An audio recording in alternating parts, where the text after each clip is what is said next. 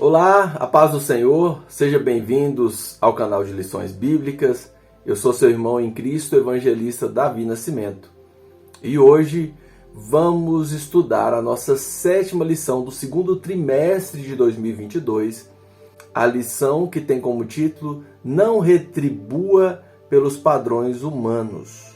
Durante esse trimestre nós temos estudado, a partir do Sermão do Monte, as características do cidadão do reino dos céus, do cidadão do reino.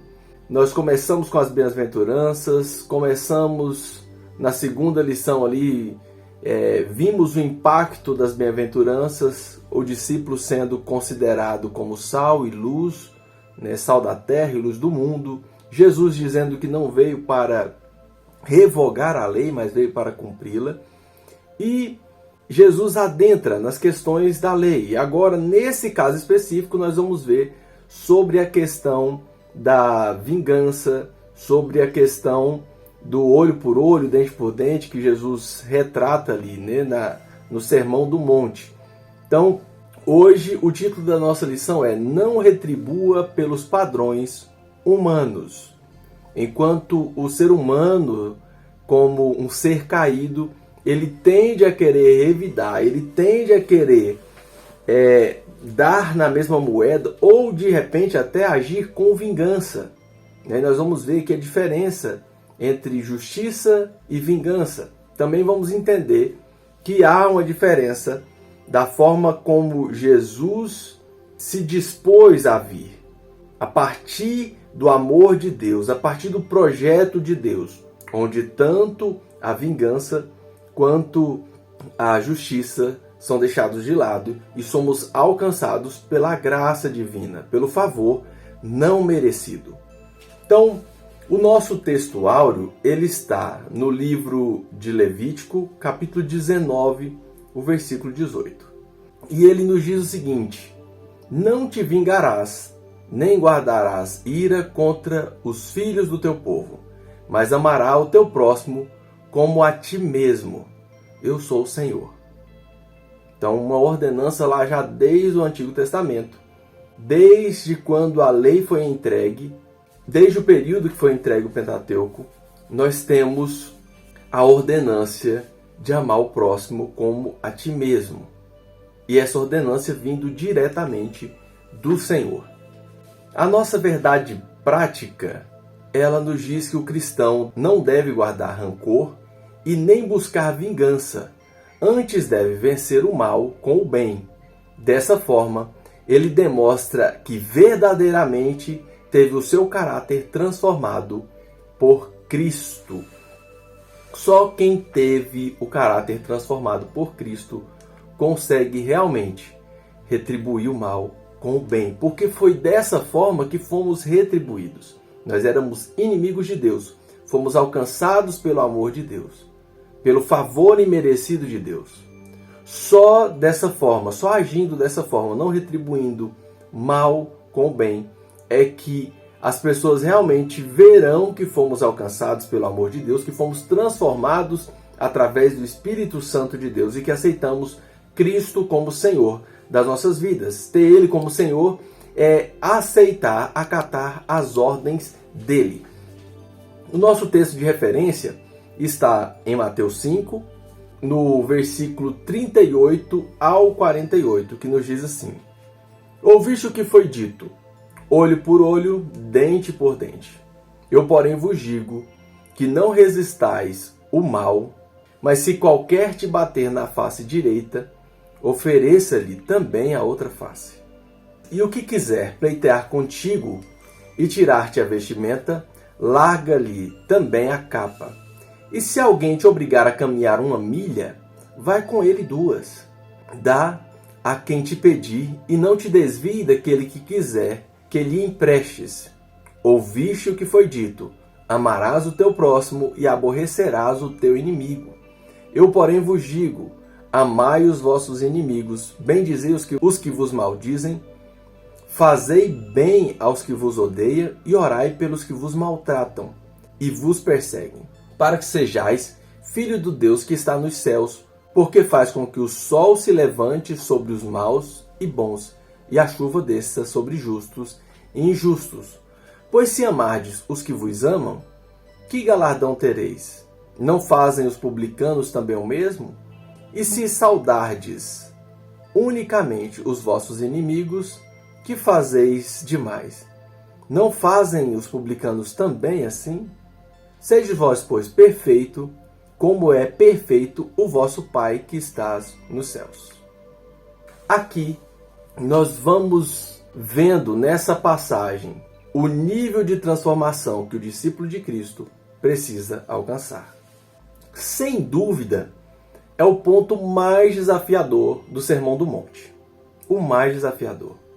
Porque muitas das questões, por exemplo, a questão interna, eu posso dizer, eu posso querer fazer, eu não vou me irar. Eu vou controlar a minha ira para não ser julgado por Deus. Eu vou tomar cuidado com o meu olhar. Mas aqui envolve questões práticas, envolve situações que eu vou estar me relacionando com pessoas. Pessoas que no primeiro momento vêm fazer o mal contra a minha vida, contra a minha pessoa. Então o convite é não resistir ao mal. E aqui é a pessoa amar. Não resistir à pessoa amar, mas vencer o mal com o bem. E aí Jesus usa 4 exemplos aqui. Exemplos muito marcantes, como o fato de virar a outra face, dar a outra face. É muito lembrado, muito falado essa parte aqui. Então são coisas extremamente desafiadoras. É o ponto alto em termos de desafio no Sermão do Monte. Ao estabelecer regras para a convivência, ali em Levítico, no Antigo Testamento, no Pentateuco, nós temos ali uma espécie de código civil. E aí nós temos uma passagem em Levítico 24, nós temos Deuteronômio 19, Êxodo 21. Em Êxodo 21, por exemplo, fala da possibilidade de uma peleja entre 2 homens. E nessa peleja, se alguém sair ferido, machucado, diante de uma briga, ou seja, houve uma briga, e diante dessa briga alguém saiu ferido, machucado, aí vem algumas implicações. E aí dentro desse contexto, se alguém perdeu a vida, o que ficou vivo terá que pagar com a própria vida. Se alguém se queimou, o outro deve pagar com queimadura. Por isso, vida por vida, queimadura por queimadura, olho por olho, dente por dente, mão por mão. Então, é nesse contexto que há essa possibilidade de, se alguém feriu o outro, houve uma briga, houve uma contenda, deve-se pagar com o mesmo preço do dano que ocorreu. Em Deuteronômio 19, quando a lei ela é reapresentada, para quem não sabe, às vezes você lê Êxodo e Levítico e fala, nossa, Deuteronômio é muito parecido. Os 2 primeiros, eles são escritos no início da jornada no deserto. O texto de Deuteronômio é apresentado, Moisés relembra aos judeus, aquele povo que está no deserto caminhando, ele relembra a lei do Senhor, já 40 anos depois, quando eles estão prestes a entrar na terra.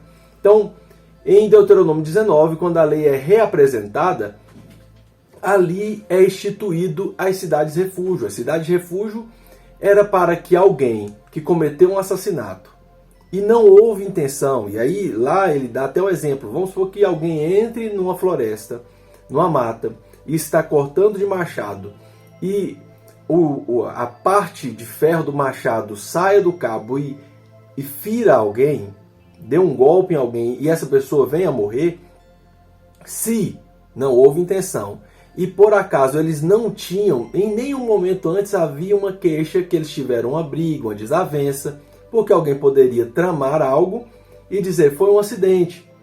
Mas já havia queixa, já havia rixa antes. Então quando não havia rixa e não houve intenção, essa pessoa ia para uma cidade de refúgio para que um parente próximo não quisesse vingar a morte do outro, vida por vida. Então, fala também do testemunho, que era preciso 2 testemunhas nessa parte aqui, nesse capítulo 19. E por fim fala dessa questão do olho por olho, queimadura por queimadura, dente por dente. E o que encontramos nesse Código Civil, nessa forma de olhar para as consequências dos atos, na verdade é uma retribuição exata com o propósito de estabelecer justiça. Isso aqui é justiça.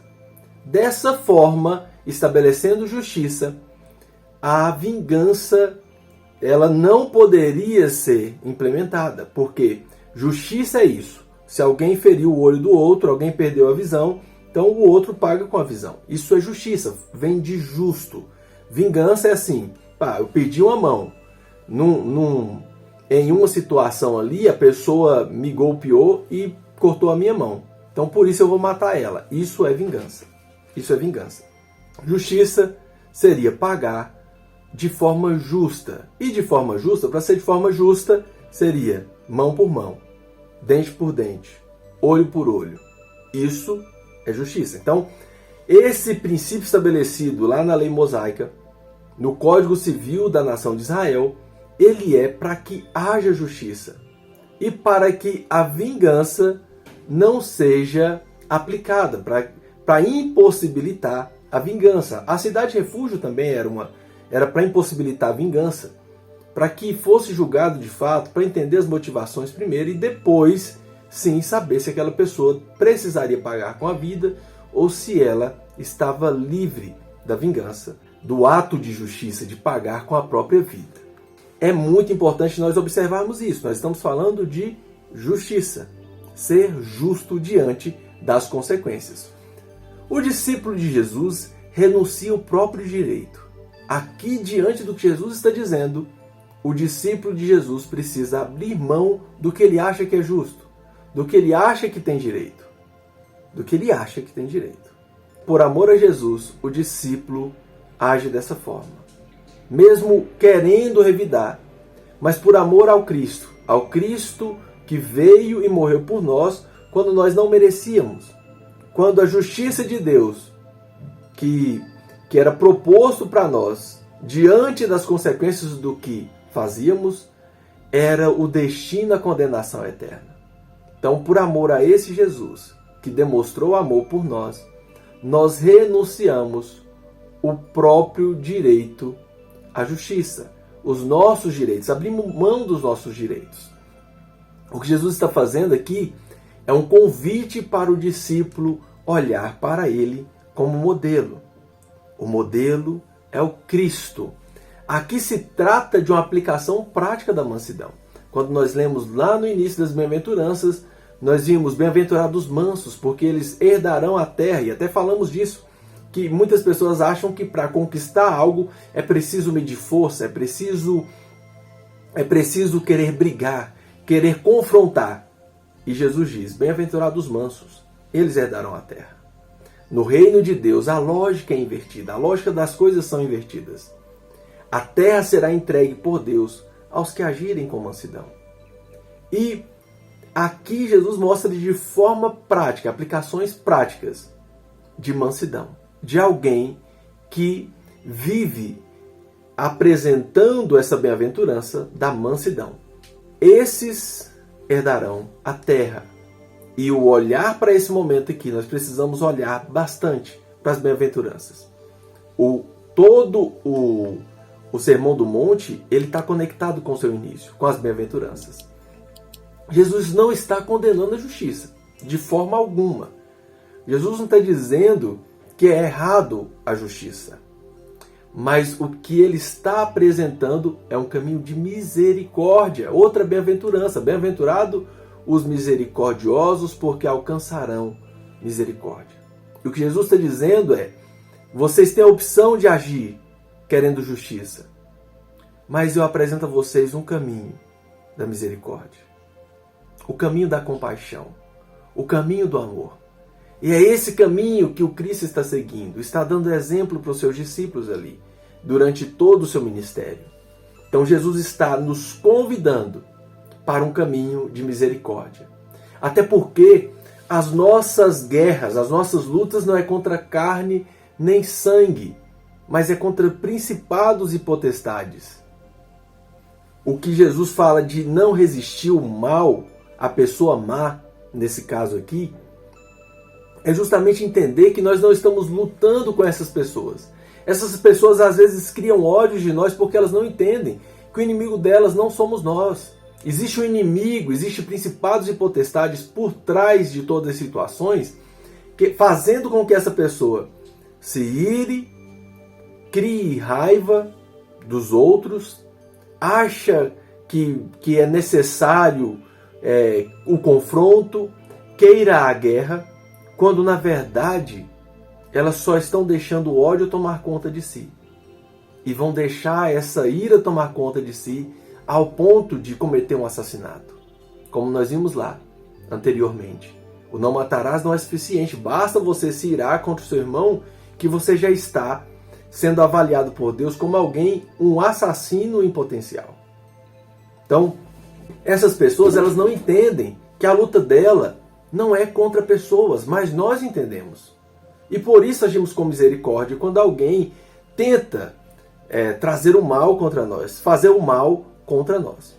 Ao invés de escolher quem amar, Jesus nos convida a amar os nossos inimigos. Então, antes você poderia dizer assim, não, eu vou amar quem me ama. Agora Jesus está dizendo, não, você precisa amar os seus inimigos. Você é convidado a orar pelos que vos perseguem. Esse é o amor que Deus empenhou por nós. Ele nos amou quando éramos inimigos dele, quando estávamos na condição de inimigos. Então, esse é o convite de Jesus para o seu discípulo. Amém? Vamos aos comentários da lição. O primeiro tópico, nós temos a vingança. Não é a natureza do reino. Não é a natureza do reino a vingança. Então, quem faz parte do reino de Deus não tem como princípio, não é guiado pela vontade de se vingar. O amor é a referência. O único mandamento que Jesus deu, além dos que já existiam, é um novo mandamento: que amem uns aos outros. Ninguém tem amor igual ao do Cristo, capaz de dar a vida em favor dos seus amigos, inclusive em favor dos seus inimigos. Então, não faz parte a vingança da natureza do reino de Deus. Primeiro subtópico aí é a lei do talião. Essa lei, que é esse código de regras que estabelece olho por olho, dente por dente, tinha como objetivo colocar um certo limite, não deixando que o vingador fizesse uma execução maior do que o crime. Que a execução do que o vingador fosse fazer não tomasse proporções maior do que o crime que havia acontecido antes. Né? E agindo dessa forma, aconteceria justiça. Na verdade, essa lei procurava ajustar o castigo ao crime e dessa forma evitando-se a vingança. Então, o objetivo era evitar a vingança, trazer justiça. Trazer justiça, a lei do talião. No próximo subtópico, o cristão e a vingança. Então, se na lei já havia regras estabelecidas para não haver vingança, e sim justiça, quanto mais agora na graça, no momento em que Jesus se apresenta como a alternativa da graça, se apresenta como o favor imerecido de Deus, vem para nos dar o exemplo, a graça fundamentada na misericórdia. E esse fundamento, essa graça, nós temos ali a raiz dela, toda alicerçada na bem-aventurança. Os pobres de espírito, os mansos, os pacificadores. Né? Essas qualidades são apresentadas pelo próprio Cristo. Então, quem tem essas qualidades são pessoas que foram alcançadas pelo amor de Deus. São pessoas que foram alcançadas pela graça de Deus. E ao serem alcançadas, ao serem transformadas, vão agir dessa forma. Nem buscando justiça mais. Porque não busca justiça mais em si mesmo. A justiça deles, né, nas bem-aventuranças mesmo, diz que bem-aventurados os que têm fome e sede de justiça, porque eles serão fartos. Mas por que serão fartos? Porque Deus é o justo juiz. É Deus que traz justiça aos que têm fome e sede de justiça de verdade, de fato, e não a sua própria justiça. Então, se antes na lei já não podia haver vingança, quanto mais agora, que nós conhecemos o amor de Deus de fato. Conhecemos o amor que nos alcançou. E a partir de então, nós precisamos viver de forma que as pessoas entendam que esse amor nos impactou e eles queiram ser impactados por esse amor. O nosso próximo tópico, nós vamos ver aí, o amor é a expressão natural do reino. Natural do reino. O amor faz parte do pilar do reino, da essência de quem faz parte do reino. Jesus faz aqui 4 ilustrações nessa passagem para apresentar de forma prática na vida cotidiana como se deve resistir o mal. O primeiro é virar a outra face. O próprio Jesus foi esbofeteado na face quando ele é julgado. E ele em nenhum momento revidou. Ele poderia invocar legiões de anjos para revidar daquela situação. Estavam batendo no rosto do Filho de Deus. Ele não merecia aquilo. Ele não tinha culpa alguma. E essa questão do bater na face, quando o texto diz bater do lado direito da face, tem uma questão aqui que precisa ser observada. No Oriente, alguém quando é golpeado dessa forma, pense, as pessoas na maioria são destras. Esse vídeo pode estar virado aqui porque eu gravo com a câmera frontal, mas as pessoas são destras. Se eu uso a mão direita para bater no rosto de alguém, a tendência é bater nesse movimento. Eu vou atingir o lado esquerdo da face da pessoa. Com a mão direita, para eu bater, alguém que é destro, bater, e a maioria das pessoas são destras, bater na face direita de alguém, ele precisa bater com as costas da mão. Então não era algo, esse golpe não era algo para, tipo assim, eu vou espancar a pessoa.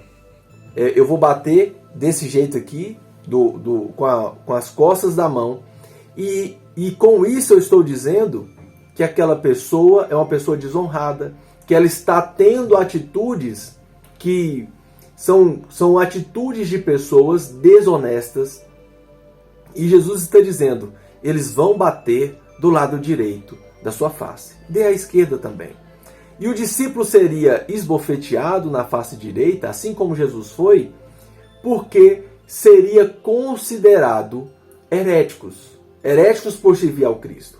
Heréticos por aceitar ao Cristo como seu Senhor.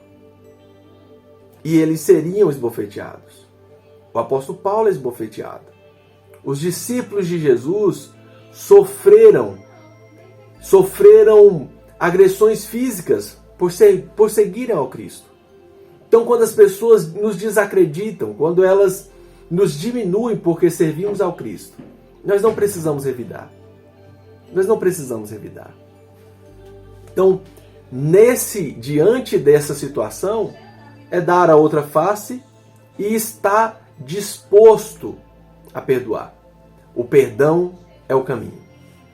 O próximo subtópico é quando formos arrastados aos tribunais. E aqui havia uma situação de disputa. Jesus fala, se você for levado ao tribunal, houver uma situação de disputa, e nessa disputa alguém estiver te pedindo a sua capa, dê a túnica também. Não vale a pena entrar em disputa.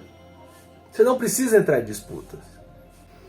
Batalha judicial ou competição levam a diversos desagrados. Você não precisa. Deixe com que as pessoas se espantem com essa atitude. Mas por que ela não revidou? Porque ela não quis ir além. Isso é inaceitável para as pessoas que pensam com os moldes do mundo. E aqui é justamente o que o John Stott chama de contracultura. É ir contrário à cultura, ao pensamento do mundo. Jesus sabia exatamente quem ele era, ele sabia exatamente o que ele estava fazendo. Por isso ele não revida. Por isso ele não revida.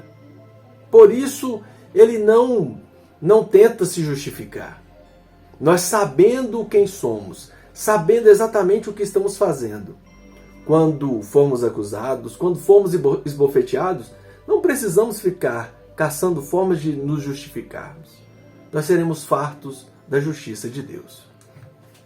A outra ilustração é quando alguém for te obrigar a fazer algo. No caso aqui apresentado, é andar uma milha. Nós temos aqui alguém que está em uma posição de autoridade. Os soldados da época eles poderiam exigir que alguém caminhasse com ele uma milha, carregando os seus utensílios de guerra, carregando os seus equipamentos, e aquela pessoa tinha que obedecer a essa ordem que algum soldado o desse. Jesus diz que quando você for obrigado a andar uma milha, caminhe uma segunda. Na psicologia nós entendemos que as pessoas que são mais fracas são as que mais querem mostrar força. Quando você vê alguém querendo mostrar grandeza, querendo demonstrar força, na verdade são pessoas fracas, frágeis, fragilizadas e querem se impor a qualquer custo. Quem está seguro do que é, quem está seguro de si, não vive querendo disputar, querendo mostrar nada para ninguém. Eu não preciso mostrar nada para ninguém, eu sei quem eu sou. Eu sei quem eu sou, então não tenho que ficar mostrando nada, querendo que as pessoas vejam o quão importante eu sou. Então, alguém que vive querendo te obrigar a fazer algo, são pessoas, inclusive no nosso meio, nas igrejas, nós vemos pessoas agindo dessa forma. Você tem que fazer isso, você é obrigado a isso, no trabalho, dentro de casa, nos relacionamentos. E aí o que Jesus fala é, ande uma segunda. E sabe o que as pessoas verão quando nós andamos uma segunda milha? A primeira foi porque ela obrigou. E a partir da segunda, fala, você precisa tanto que eu vá? Tá bom, eu vou. Eu vou a segunda, porque é importante para você. Se vai te fazer bem, eu vou a segunda. E nos nossos relacionamentos, no nosso trabalho, quando agimos dessa forma, as pessoas não têm outra explicação a não ser entender que só quem foi transformado pelo amor de Deus, pelo poder do Espírito Santo, é que pode agir dessa forma. Não busca o interesse próprio. Eu busco o interesse do outro. O interesse do outro está em primeiro lugar. Você quer que eu vou uma primeira? Eu vou a segunda. Você quer que eu faça isso aqui? Eu faço mais, eu continuo fazendo, eu vou além. É importante para você? É importante para você? Então, vamos lá. Eu vou. Eu não quero comprar briga. Eu quero que você entenda que não se trata do que você quer, do que você pensa, mas se trata sim do que Cristo fez lá no Calvário e me alcançou. E por isso eu sou transformado e posso fazer isso aqui por você. E você, vendo isso, pode ser alcançado pelo amor de Deus. Isso é dar testemunho, isso é ser testemunhas. Quando Jesus fala que nós somos chamados para sermos testemunhas, isso aqui faz parte das características de testemunha. Testemunha é alguém que está disposto a sofrer um martírio. Está disposto a dar a própria vida em favor de algo. E dar a vida em favor de algo é, se for preciso, dar outra face. Se for necessário numa disputa, abrir mão. Dá até além do que foi exigido na disputa. Se é exigido caminhar uma milha, caminha a segunda milha. O próximo aí é fazer algo por alguém. Jesus fala, olha, vocês não viram as costas para quem precisa de vocês, não. O discípulo de Jesus jamais agirá com indiferença diante de quem necessita. Se alguém está necessitado, o discípulo de Jesus não vira as costas. Nós precisamos ser parecido com o nosso mestre. Jesus diz que basta ao seu discípulo ser igual ao mestre, imitar ao mestre. E Jesus em momento algum virou as costas para o necessitado. Em momento algum. Jesus, quando via a multidão, ele olhava com compaixão. Mesmo cansado, ele parava para ensinar as multidões, porque via ela desgarrada como ovelha sem pastor. Então, o Jesus, nosso Senhor, não olhou com indiferença. Não evitou os necessitados. O amor deve ser a base das nossas relações. Só olha para o necessitado quem entende que precisa amar. E amar é colocar o interesse do outro em primeiro lugar. Basta ao discípulo ser igual ao mestre. A nossa referência é o Cristo. Nós não podemos agir com indiferença diante da necessidade dos que estão à nossa volta. O último subtópico, buscando a perfeição de Cristo. O nosso modelo é o Cristo e nós precisamos buscar sermos parecidos com Ele, tendo Ele como modelo, buscando a perfeição a partir dele. O modelo de perfeição é o Cristo. Nosso primeiro subtópico, ele fala a justiça mais elevada. Jesus nos convida para uma justiça mais elevada. Na verdade, a justiça mais elevada não se trata do que é justo para mim, mas é mais elevada porque mesmo quando eu não merecia, eu fui alcançado. E o outro, mesmo que não mereça, será alcançado, será contemplado por alguém que foi transformado. O Senhor Jesus disse que devemos fazer o bem àquele que nos fazem o mal, ao invés de buscar equiparar o dano. Agora, o convite é fazer o bem àquele que nos fez o mal. Lembrando que só agimos dessa forma porque fomos alcançados primeiro. Ele nos amou primeiro. O Senhor Jesus, Deus, nos amou primeiro. Enviou seu Filho Jesus para morrer por nós, para nos fazer o bem, quando nós só fazíamos o mal diante de Deus. Nós só fazíamos o mal para com Deus. Nós vivíamos como inimigos de Deus.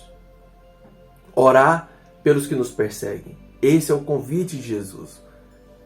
Só é possível essa atitude, quando somos transformados e deixamos a velha natureza caída. Porque o homem caído, ele quer revidar. O homem caído, ele está procurando o seu interesse e não o interesse do outro. O homem caído, ele está disposto a entrar numa briga e não sair dela. E o cristão, quem foi transformado, não está disposto a entrar em disputa nenhuma. Em disputa alguma. Ele sabe que quem está querendo disputar, quem está querendo briga, quem está querendo litígio, são pessoas que ainda estão sob domínio de Satanás. E o cristão precisa enxergar isso. Não é o outro. Não é o outro. São forças, potestades e principados. A nossa guerra não é contra a carne nem sangue. Fazer o bem a quem nos fez o mal. E o modelo é o Cristo, que fez isso por nós. Só fazemos porque recebemos primeiro. De graça recebemos, de graça damos, de graça fazemos. Aqui encaixa perfeitamente isso. De graça recebemos amor quando nós estávamos na maldade. De graça também damos amor quando recebemos a maldade. De graça recebeis, de graça dais. O amor mais perfeito é o próximo subtópico. Esse amor deve ser visto na grandiosa atitude de Deus para com todos os pecadores. O amor perfeito é esse, de João 3,16. Porque Deus amou o mundo de tal maneira que deu o seu único Filho, para que todo aquele que nele crê não pereça, mas tenha vida eterna. O único Filho de Deus veio para morrer no nosso lugar, padeceu na cruz. Quando ele não havia nele culpa alguma, a culpa era toda nossa. O amor perfeito é esse. Esse é o amor perfeito. Do Cordeiro que foi imolado na fundação do mundo. Já se sabia que ele precisaria vir. E ele veio. Veio por pessoas que não mereciam. Quando não tínhamos nada para oferecer a Deus. Não tínhamos nada de bom. E isso é amor. Isso é ágape. Ágape é a única forma de amor. As pessoas costumam dizer que existe amor filéu, existe amor eros. Não, amor é ágape. É o amor que Deus tem por nós. É o amor que não espera nada em troca. Fez por nós quando nós não tínhamos condição de pagar. É o amor que vê o interesse do outro. Contempla primeiro a necessidade do outro. Não busca interesse próprio. Enquanto que filéu é fraternidade. É gostar de alguém que gosta de você. Lembra Jesus falando que você pode amar as pessoas que te amam e odeia os seus inimigos. Amar quem ama você, isso é fraternidade, é filéu. O outro que as pessoas chamam de amor é eros, que na verdade eros não é amor, é só desejo, é paixão. E há a possibilidade do filéu ser verdadeiro. Há a possibilidade de uma paixão ser verdadeira, ser pura. Mas para que funcione de verdade, elas precisam ser permeadas pelo ágape, pelo amor de verdade, que a referência ao amor de Deus por nós. O amor que não busca o interesse próprio. O apóstolo Paulo, quando fala que o marido deve amar a sua esposa, ele precisa amar da forma que Cristo amou a igreja. A forma que Cristo amou a igreja foi dando a vida, entregando a vida pela igreja. Então, a forma que fomos amados por Deus é dessa forma, ágape. Não tínhamos nada para dar em troca. Não tínhamos nada a oferecer. E Ele nos amou quando nós éramos inimigos dEle, quando nós não merecíamos ser amados. E por fim, perfeitos como o Pai. Jesus fala, olha, vocês precisam ser parecidos com o Pai Celestial. Todo filho traz características do Pai. O meu filho e a minha filha, eles parecem muito comigo. Quem olha fala assim, esse aqui é filho do Davi. Esses aqui são filhos do Davi. E eu brinco, eu costumo dizer que filho, ele puxa muitas características dos genitores que têm traços mais avantajados. Por exemplo, eu tenho um nariz um pouco meio achatado, a testa um pouco grande. Então essas coisas parece que despontam mais nos filhos, né? E é fato que o filho ele traz características físicas dos pais e traz também consigo as características que eles aprendem na convivência. Se o filho ele é criado numa casa onde as pessoas são extremamente calmas, ele será extremamente calmo.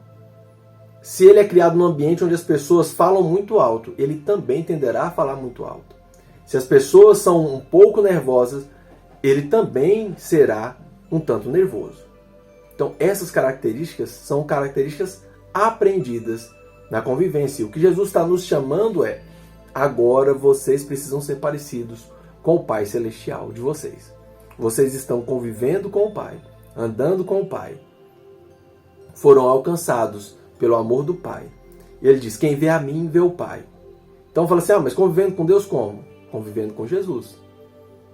Hoje nós, lendo as Escrituras Sagradas, nós olhamos para Cristo e vemos o Pai. Ele fala, quem vê a mim, vê o Pai. Então, olhando e andando com Cristo, nós precisamos aprender a ser perfeitos como o Pai. A nossa referência é o Pai Celestial, o que nos amou primeiro, quando éramos inimigos dele. E dessa forma nós saberemos amar quem se coloca na condição de nossos inimigos. Ele envia chuva e sol para os que precisam de sol e chuva. Nós sabemos que para plantar, para que haja alimento, é preciso ter sol e chuva. Então Deus dá condição para que todos, bons e maus, tenham a possibilidade de ter boas colheitas. Isso mostra a forma como Deus ama, como Deus trata a todos. Esse precisa ser o nosso modelo. Deus manda, já pensou se Deus mandar chuva só para quem anda extremamente correto e sol para quem anda extremamente correto? Ele não seria gracioso. Na verdade, não haveria graça. As pessoas só vivem, só sobrevivem porque a graça desse Deus, da parte de Deus, que dá condições para que todos vivam, para que todos prosperem. E aí vai depender do esforço de cada um, da forma como cada um vai trabalhar, vai lidar com esses benefícios que o Pai Celeste envia. Então, que nós possamos buscar essas qualidades, que nós possamos vencer esse desafio, que é extremamente desafiador. O fato de amar quem nos odeia, de não querer se impor contra as pessoas más, mas buscar vencer o mal, a maldade, com o bem. Agindo dessa forma, se for possível, se for preciso, possível não, preciso, dar outra face. Se houver um litígio, uma disputa, abra mão. Abra mão. Não queira levar a briga adiante. Se alguém necessita de você, mesmo que seja alguém que em algum momento não te fez tão bem, esteja disposto a servir. Se alguém te obrigar a algo, porque se acha que está numa posição de impor, vá. E vá além do que ela exigiu. Vá, porque você vai demonstrar que não se trata só do que você acha que manda ou que tem poderes. Se é importante para você, eu vou demonstrar amor de fato por você.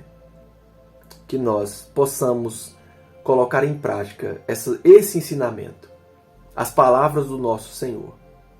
E que dessa forma sejamos testemunhas do amor de Deus. Sejamos testemunhas da transformação de Deus na vida do ser humano. Que Deus te abençoe, te dê uma excelente semana e fique na paz.